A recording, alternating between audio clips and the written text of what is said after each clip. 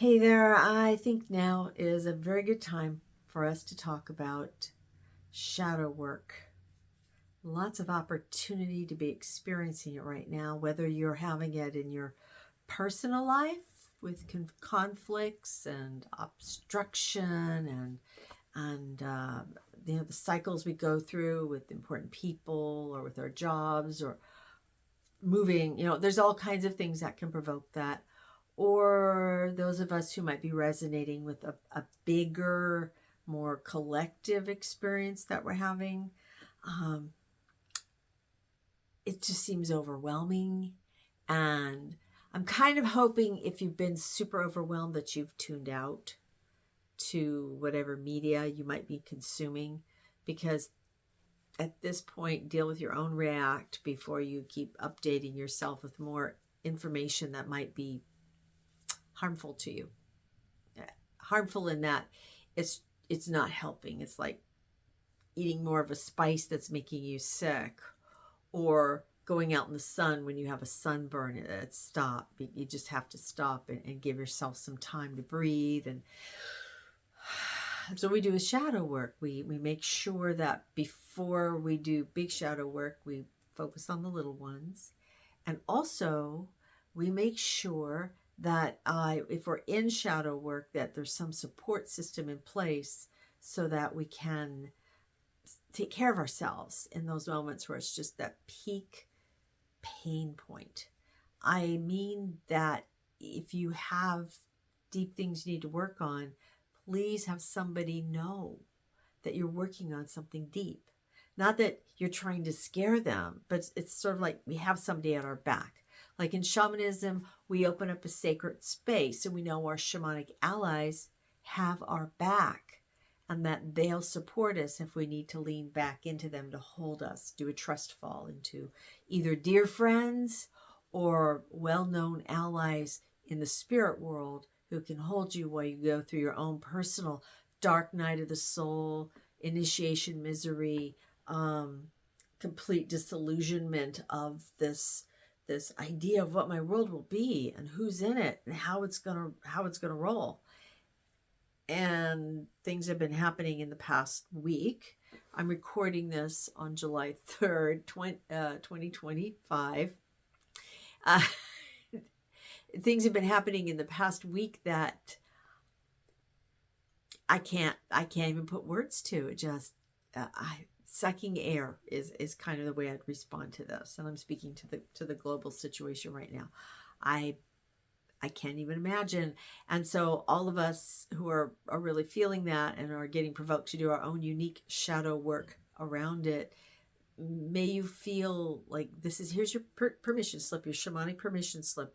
Go work with those feelings.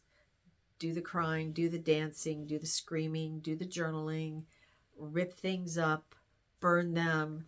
In the work that I was doing yesterday, I was reminded about water ceremony.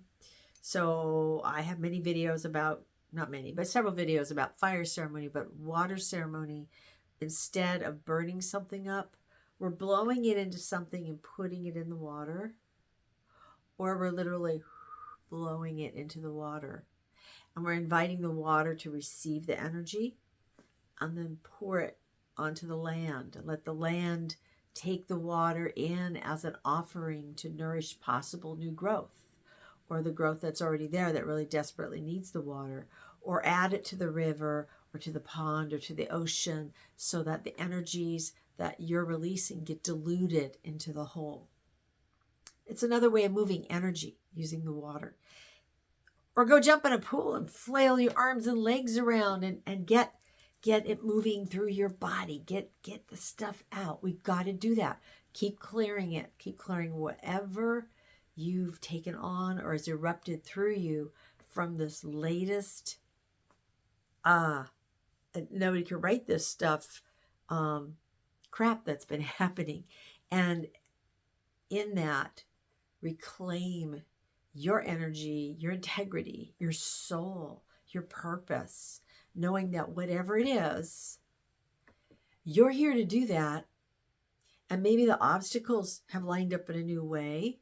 And maybe you have harder choices to make.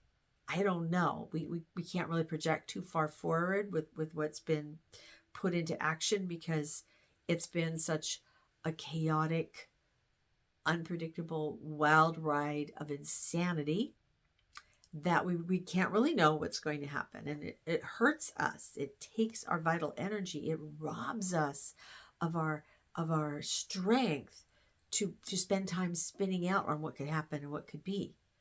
Draw it in. Take really care of your inner community, your inner you, your strong self, your childlike self, your creative self, your angry self. Bring them all together so you are your strong, healthy, ready to walk in the world person that you are. And then you find this like-minded soul and that like-minded soul and that like-minded soul, and you guys come together. And now you've got the community, and keep spreading that community out of like-minded souls and hearts who want to take care of themselves and each other, no matter what's happening anywhere else. These circles, these clans of the heart can be part of how we deal with the shadow as it continues to manifest in all its different permutations that seem never ending. And instead we can keep coming back. We are the phoenix. We are the more than 9 lives of the cat. We are the reincarnation of ourselves within our own lifetimes. We are. I am. And with our allies, which may be out of this world or walking in it, we can do this together.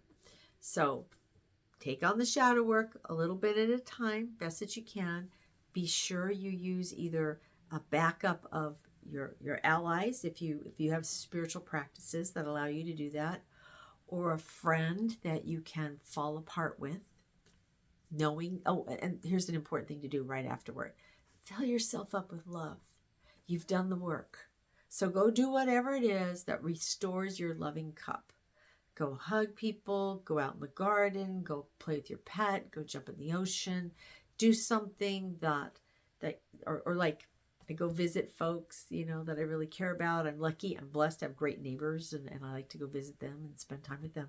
Do something that balances out that time you spent working with dark, yucky things that you don't want to work with, and fill up with love on the other side. And I'll make some more videos that talk about specific things you can do to work with your shadow, but this is a great start because it feels like we're going to need to be really good expert shadow walkers. Okay? We can be light bringers, but we also need to be shadow walkers. Thanks for watching and listening and sharing and commenting. And I hope to be right here for you again soon. Bye-bye.